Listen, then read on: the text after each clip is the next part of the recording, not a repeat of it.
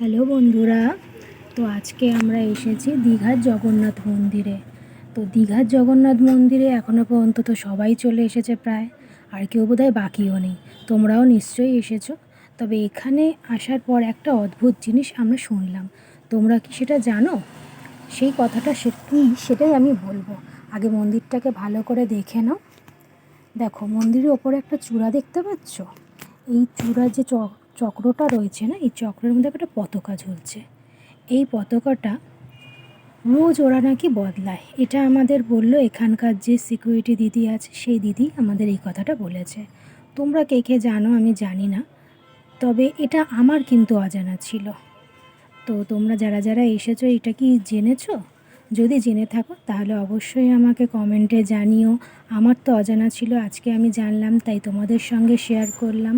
ভাবো, এত বড় এই মন্দিরটায় ওরা প্রতিদিন চেঞ্জ করে পতাকাটা। মানে একটা অদ্ভুত বিষয় না? কত সুন্দর দৃশ্য, দেখলেই যেন পুরো মন ভরে যায় আর চক্ষু যেন সার্থক হয়। এত সুন্দর দৃশ্য, এত উঁচু হওয়া সত্ত্বেও দেখো ওরা কিন্তু ঠিক ওটা বদলায়। আমার তো খুব ভালো লাগলো বন্ধুরা। তো তোমাদেরও নিশ্চয়ই এখানে এসে এই দৃশ্য দেখে ভালো লেগেছে। আশা করি ভালো থেকো সবাই।